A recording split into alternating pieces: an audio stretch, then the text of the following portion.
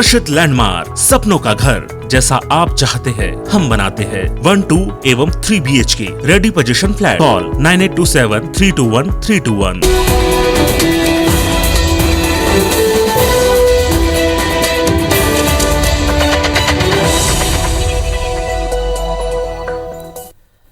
नमस्कार, आप देख रहे हैं IBC 24। मैं हूं आपके साथ विजय कुमार पंड्या। रात 10 बजे की खबरों की शुरुआत करते हैं। बात छत्तीसगढ़ की सीमा से लगे राजनांदगांव बॉर्डर पर मोहला मानपुर के नजदीक महाराष्ट्र पुलिस और नक्सलियों के बीच मुठभेड़ हुई है और इस मुठभेड़ में 27 से ज्यादा नक्सली मारे गए। अब तक 26 नक्सलियों के शव महाराष्ट्र पुलिस के कमांडो ने बरामद कर लिए हैं। ये मुठभेड़ सुबह करीब 7 बजे से दोपहर 3 बजे तक चलती रही। पुलिस की ओर से भी 16 से ज्यादा C-16 के ग्रुप के ऑपरेशन के लिए भेजे गए थे। C-16 महाराष्ट्र पुलिस के नक्सल उन्मूलन सेल की विशेष सैन्य टुकड़ी है जो लगातार पिछले 2 सालों से महत्वपूर्ण ऑपरेशन महाराष्ट्र में कर चुकी है और इस मुठभेड़ में महाराष्ट्र के प्रमुख नक्सल नेता दीपक उर्फ मिलिंद तेलतुंबड़े, जिस पर 50 लाख का इनाम भी था, मारे जाने की आशंका है। मारे गए नक्सलियों में भी कई शीर्ष नेताओं के मारे जाने की संभावना है जिनकी शिनाख्त महाराष्ट्र पुलिस कर रही है। इससे पहले भी महाराष्ट्र में एक बड़ी मुठभेड़ में 17 से ज्यादा माओवादी मारे गए थे और इसके बाद ही अब तक की सबसे बड़ी कामयाबी महाराष्ट्र पुलिस के हाथ लगी है। अब तक पुलिस ने 16 हथियारों के बरामद होने की भी पुष्टि कर दी है। मुठभेड़ में सेंट्रल कमेटी के सदस्य दीपक और DVC सुकलाल के भी मारे जाने की जानकारी सामने आ रही है।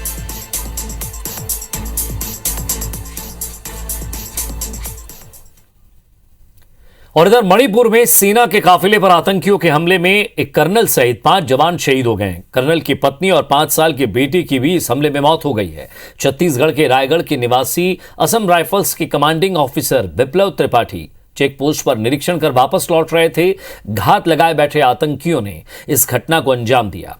राष्ट्रपति, प्रधानमंत्री, मुख्यमंत्री समेत पूरे देश ने जवानों को श्रद्धांजलि दी है। मणिपुर में आतंकियों के कायराना हमले में छत्तीसगढ़ के बेटे मां भारती की रक्षा में तैनात विप्लव त्रिपाठी को हमसे छीन लिया। आतंकियों के इस हमले ने 46 असम राइफल के कमांडिंग ऑफिसर विप्लव त्रिपाठी समेत पूरे परिवार को तबाह कर दिया। हमले के समय साथ में मौजूद पत्नी और 5 साल के बेटे की भी जान चली गई। साथ ही कॉन्वॉय में मौजूद 5 जवान भी शहीद हो गए। प्रधानमंत्री और मुख्यमंत्री सहित पूरे देश ने जवानों की शहादत को सलाम किया। प्रधानमंत्री ने कहा कि इस शहादत को भुलाया नहीं जाएगा। मुख्यमंत्री ने भी कहा कि पूरा देश शहीदों के परिवार के साथ है। मणिपुर में हमारे एक छत्तीसगढ़ के अफसर शहीद हुए हैं और उनकी शहादत को मैं नमन करता हूं। मैं उनके परिवार के प्रति संवेदना व्यक्त करता हूं और हमें गर्व है ऐसे सपूत छत्तीसगढ़ महासारी रिपोर्ट से जब मिली। छत्तीसगढ़ के एक होनहार और जांबाज ब्रिगेडियर जिनको आतंकवादियों ने एम्बुश लगाकर उनके पूरे परिवार को शहीद किया है, हम उसके प्रति श्रद्धा सुमन अर्पित करते हैं। उनके परिवार को इस दुख को सहन करने की शक्ति मिले, इस घटना की हम घोर निंदा करते हैं। हमला सुबह लगभग 11:30 बजे भारत म्यांमार के बॉर्डर चुराचंदपुर जिले में हुआ, जहां विप्लव चेक पोस्ट का निरीक्षण करके वापस लौट रहे थे। उनके साथ पत्नी, बेटे और सुरक्षा में तैनात जवान भी थे। आतंकियों ने एम्बुश लगाकर काफिले की गाड़ी को निशाना बनाया, जिसके बाद दोनों तरफ से फायरिंग भी हुई। छोटे भांजे को अभी कर्नल की पोस्टिंग मिलनी है तो उसकी एडवांस ट्रेनिंग कोर्स के लिए उसे महू जाना था, तो कल रात को वो रायगढ़ पहुंचा बाय रोड शिलांग से। सुबह हम लोगों ने नाश्ता किया और उसके बाद निकले, छोटे भांजा और मैं दीदी के घर के लिए निकले। उतने में ही आर्मी के किसी लिंक से छोटा भांजा जो खुद लेफ्टिनेंट कर्नल है उसके पास मैसेज आया। छोटे भांजे ने तुरंत इनकी यूनिट पे फ़ोन लगाया और बोला ये ऐसा है, क्या स्थिति है? तो बोले 7 कैजुअल्टी कन्फर्म है, जिसमें CO साहब, उनका पूरा परिवार और 4 जवान, इतनी कन्फर्म कैजुअल्टी है। जैसी ये घटना की खबर आई है तो पूरे रायगढ़ वासियों के अंदर एक बहुत गहरी शोक की लहर पैदा हुई। दर्द से इतने गर्वान्वित महसूस कर रहे हैं कि रायगढ़ की धरती ने इस देश को एक ऐसा सपूत दिया जिसने अपना एक स्वर्णिम इतिहास को उन्होंने कायम किया है। शहीद विप्लव और उनकी पत्नी और बेटे का पार्थिव शरीर रविवार शाम रायगढ़ पहुंचेगा। Bureau report, IBC 24। और इधर भोपाल में प्रधानमंत्री नरेंद्र मोदी के दौरे को लेकर मंत्री भूपेंद्र सिंह ने बताया कि दौरे को लेकर तैयारियां पूरी कर ली गई हैं। पीएम मोदी का विशेष विमान राजा भोज एयरपोर्ट पर उतरेगा। यहां से मोदी स्टेट हैंगर पर जाएंगे और हेलीकॉप्टर से जम्बूरी मैदान के पास बने हेलीपैड पर पहुंचेंगे। इस हेलीपैड से करीब 200 मीटर की दूरी पर जनजाति सम्मेलन होगा। पीएम 4 व्हीलर में बैठकर सम्मेलन स्थल तक जाएंगे। करीब सवा घंटा रुकने के बाद पीएम वापस 4 व्हीलर से हेलीपैड जाएंगे और वहां से हेलीकॉप्टर से BU कैंपस में बने हेलीपैड पर उतरेंगे। यहां से वे 4 व्हीलर में बैठकर हबीबगंज रेलवे स्टेशन पहुंचेंगे। यहां आधा घंटा रुकने के बाद पीएम वापस राजा भोज एयरपोर्ट रवाना होंगे। आपको बता देंगे मध्य प्रदेश के 11 जिलों के करीब 27,000 आदिवासी जनजाति गौरव दिवस सम्मेलन में शामिल होने के लिए 14 नवंबर की रात को ही भोपाल आ जाएंगे। इन्हें 25 कॉलेज स्कूल कैंपस में ठहराया जाएगा, जहां उनके खाने पीने और रहने की पूरी व्यवस्था की गई है।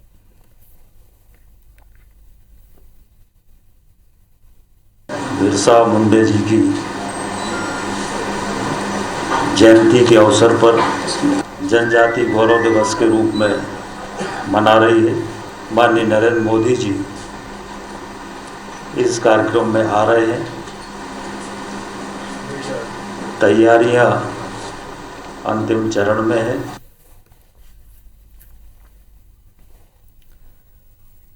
और इधर भोपाल की अगर बात की जाए, जहां स्टेशन का नाम बदलने पर आपको बता दें कि राजनीति तो हो ही रही थी, लेकिन अब जब स्टेशन का नाम बदला तो आतिशबाजी भी हुई है।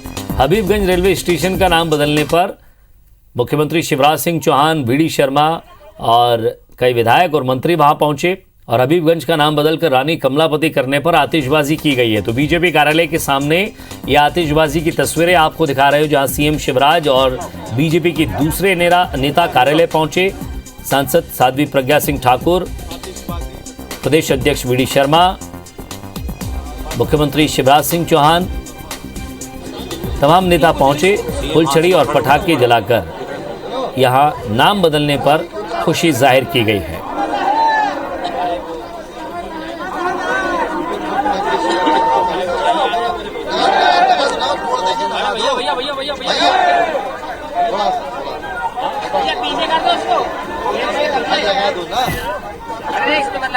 गौंड शासक रानी कमलापति के नाम पर आज स्टेशन का नाम हुआ और जैसे ही NOC उसकी आई, उसके बाद से ही बीजेपी में खुशी की लहर थी। ये तस्वीरें आप देख रहे हैं। नाम बदलने को लेकर बीजेपी कार्यालय में पटाखे छोड़े गए। मुख्यमंत्री शिवराज सिंह चौहान, सांसद साध्वी प्रज्ञा सिंह ठाकुर, विधायक रामेश्वर शर्मा, विश्वास सारंग, तमाम नेता वहां मौजूद थे। रानी कमलापति जल प्रबंधन में निपुण थी। उन्होंने कई मंदिर बनवाए, पार्क बनवाए। हबीबगंज रेलवे स्टेशन का नाम बदलकर नाम करना सचमुच में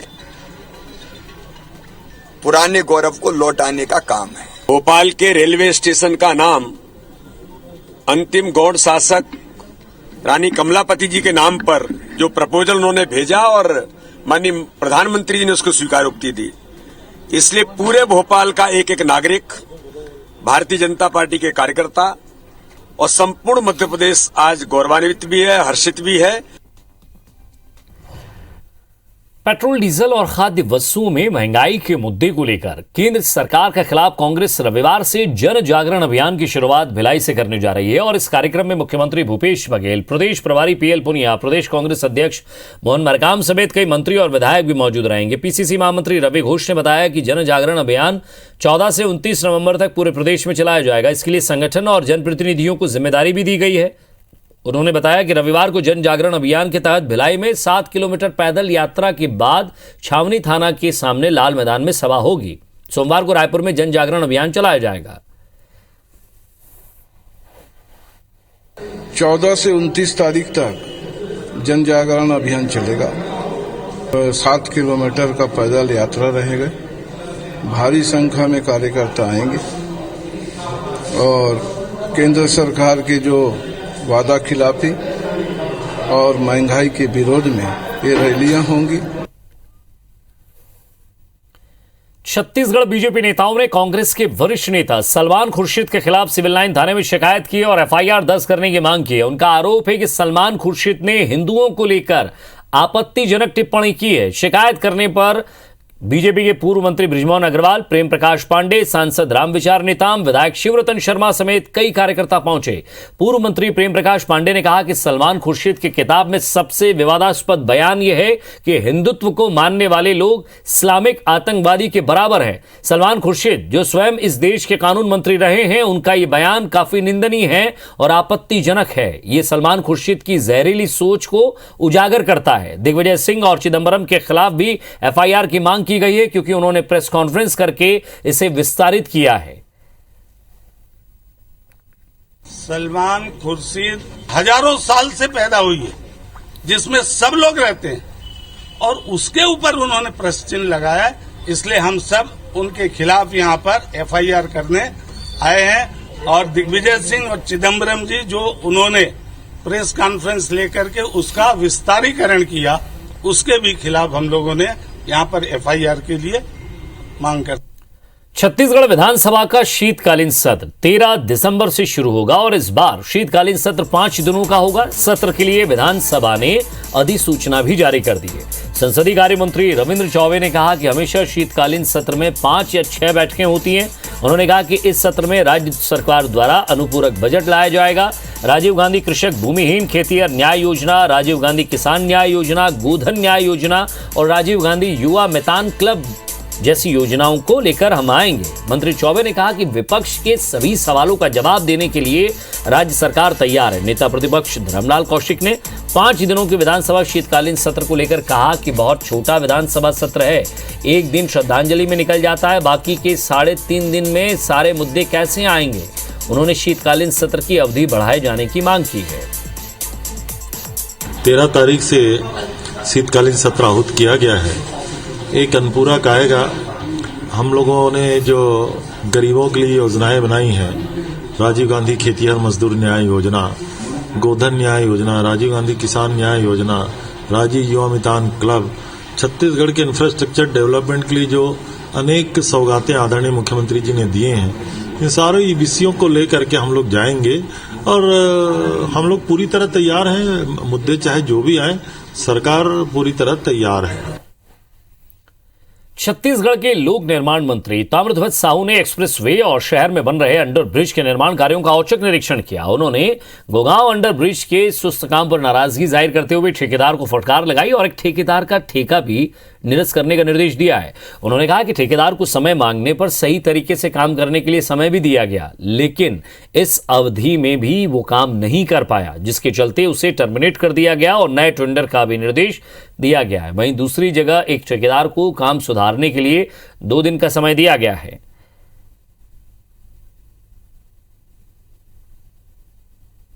एक जगह तो मैं उसको ठेकेदार को टर्मिनेट करने का आज आदेश दे दिया हूं, क्योंकि लगातार कहने के बावजूद ये प्रोग्रेस नहीं दे पा रहा है। तो इसको टर्मिनेट करो, नया टेंडर करो। और एक जगह उसी ठेकेदार को हम 2 दिन का समय दिए हैं कि तुम काम कर पाओगे कि नहीं, ये सोच लो, वरना इस काम में भी हम आपको टर्मिनेट 2 दिन बाद कर देंगे। नजर बिग न्यूज पर। प्रधानमंत्री नरेंद्र मोदी ने क्रिप्टो करेंसी को लेकर बड़ी बैठक की है। बैठक में युवाओं को गुमराह करने वाले अति लुभावने और गैर पारदर्शी विज्ञापन पर चिंता जताई है और यह तय किया गया है कि इन विज्ञापनों पर नकेल कसी जाएगी।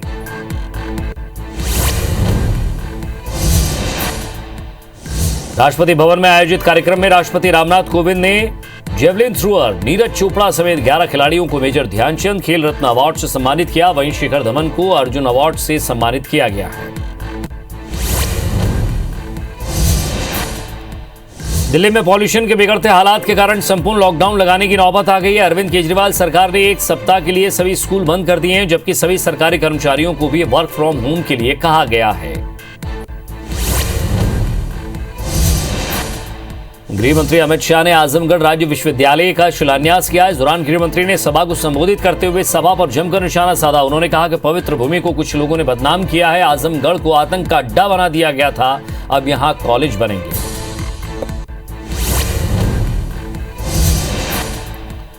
भारतीय क्रिकेट कंट्रोल बोर्ड को एक बड़ी राहत मिली है। देश में इनकम टैक्स से जुड़े विवादों पर फैसला सुनाने वाली संस्था इनकम टैक्स अपैलेट ट्रिब्यूनल ने कहा है कि बोर्ड को मिल रही टैक्स छूट जारी रहेगी। ITAT ने कहा है कि BCCI की छूट सिर्फ इसलिए समाप्त नहीं कर सकते क्योंकि वो IPL से मोटी रकम कमा रही है।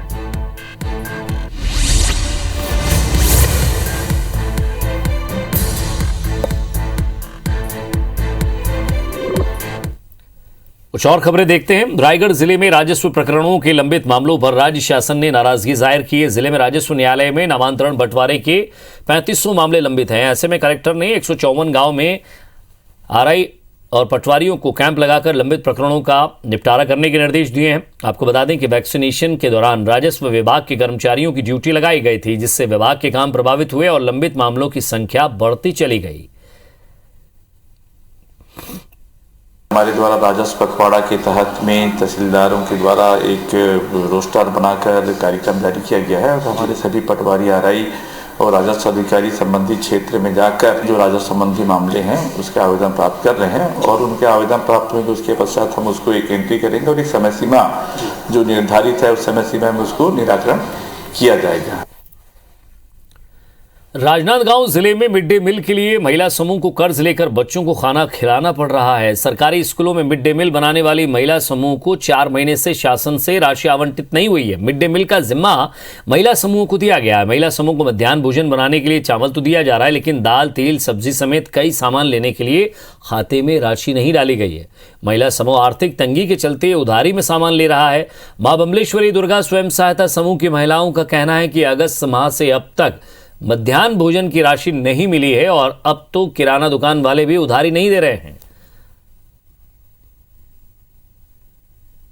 2 पार्ट टमाटे लइका मन ह 60 झन करके तो हमन मेनू के हिसाब से खाना देथन और किराना घलो 15,000 हो जाते। तिहा ले सरकार ले भी सुरता दइए राहत 4 महीना हो गए पैसा डाल देथन की के तो कतेक दिन ले हमन कर्जम खाना खवाबो। सरकार ल तक समझदारी नहीं है। समूह वाले खाता में पैसा डाल दे कह के दुकान वाले भी हमारा राशन नहीं देते उधारी में। कितना दिन ले उधारी में दी। बहुत धंधा करते, धंधा वाले पैसा देबो तो हमारा राशन दी। महासमुंद जिले के शासकीय कस्तूरबा गांधी आवासीय बालिका स्कूल बागबाहरा की 3 छात्राएं कोरोना पॉजिटिव पाई गई हैं, जिन्हें उनके घरों में होम क्वारंटीन कर दिया गया है। दरअसल आवासीय स्कूल के 7वीं कक्षा की 3 छात्राओं को खांसी की शिकायत थी, जिसके बाद उनकी कोरोना जांच की गई, जिसमें तीनों छात्राओं की रिपोर्ट पॉजिटिव आई। हालांकि राहत की खबर यह है कि स्कूल की अन्य 86 छात्राओं की रिपोर्ट नेगेटिव है।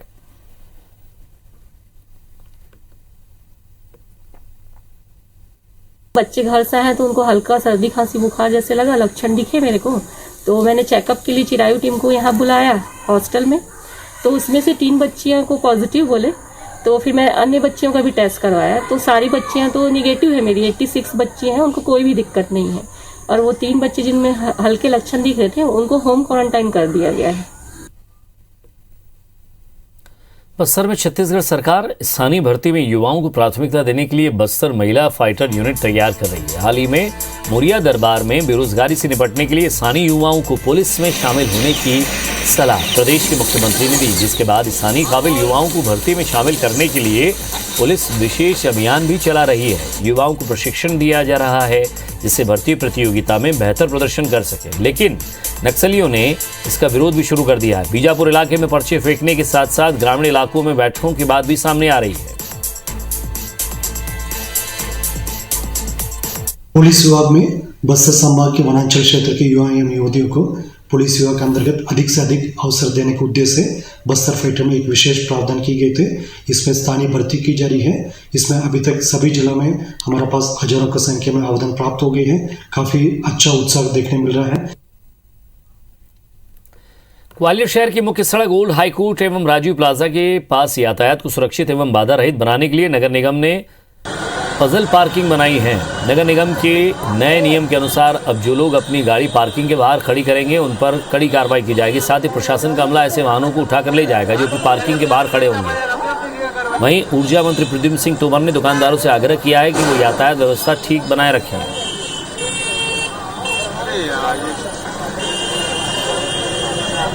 निश्चित रूप से जो पार्किंग अभी बंद थी उसको चालू किया है आज, और जिससे यातायात व्यवस्था और सुदृढ़ हो, ये काम हम लोगों का है। मध्य प्रदेश के मशहूर टूरिस्ट स्पॉट हनुवंतिया टापू पर 20 नवंबर से जल महोत्सव का आगाज होने जा रहा है, जिसके लिए टूरिज्म डिपार्टमेंट ने तैयारियां शुरू कर दी हैं। हालांकि जल महोत्सव का अब तक औपचारिक ऐलान नहीं हुआ है, लेकिन पर्यटन विभाग की तैयारियों को देखकर यह माना जा रहा है कि जल महोत्सव अपनी तय तारीख से शुरू हो जाएगा। वाटर स्पोर्ट्स कॉम्प्लेक्स पर पर्यटकों की आवाजाही तो अभी से ही शुरू हो गई है। इस वीकेंड पर 5000 से ज्यादा पर्यटकों के यहां आने का अनुमान है। जल महोत्सव को लेकर खंडवा कलेक्टर अनय द्विवेदी का कहना है कि टूरिज्म डिपार्टमेंट ने अपने स्तर पर तैयारियां शुरू कर दी हैं और शासन की गाइडलाइन के बाद सभी चीजें स्पष्ट हो जाएंगी। साथ ही कोरोना प्रोटोकॉल का खास ध्यान रखा जाएगा।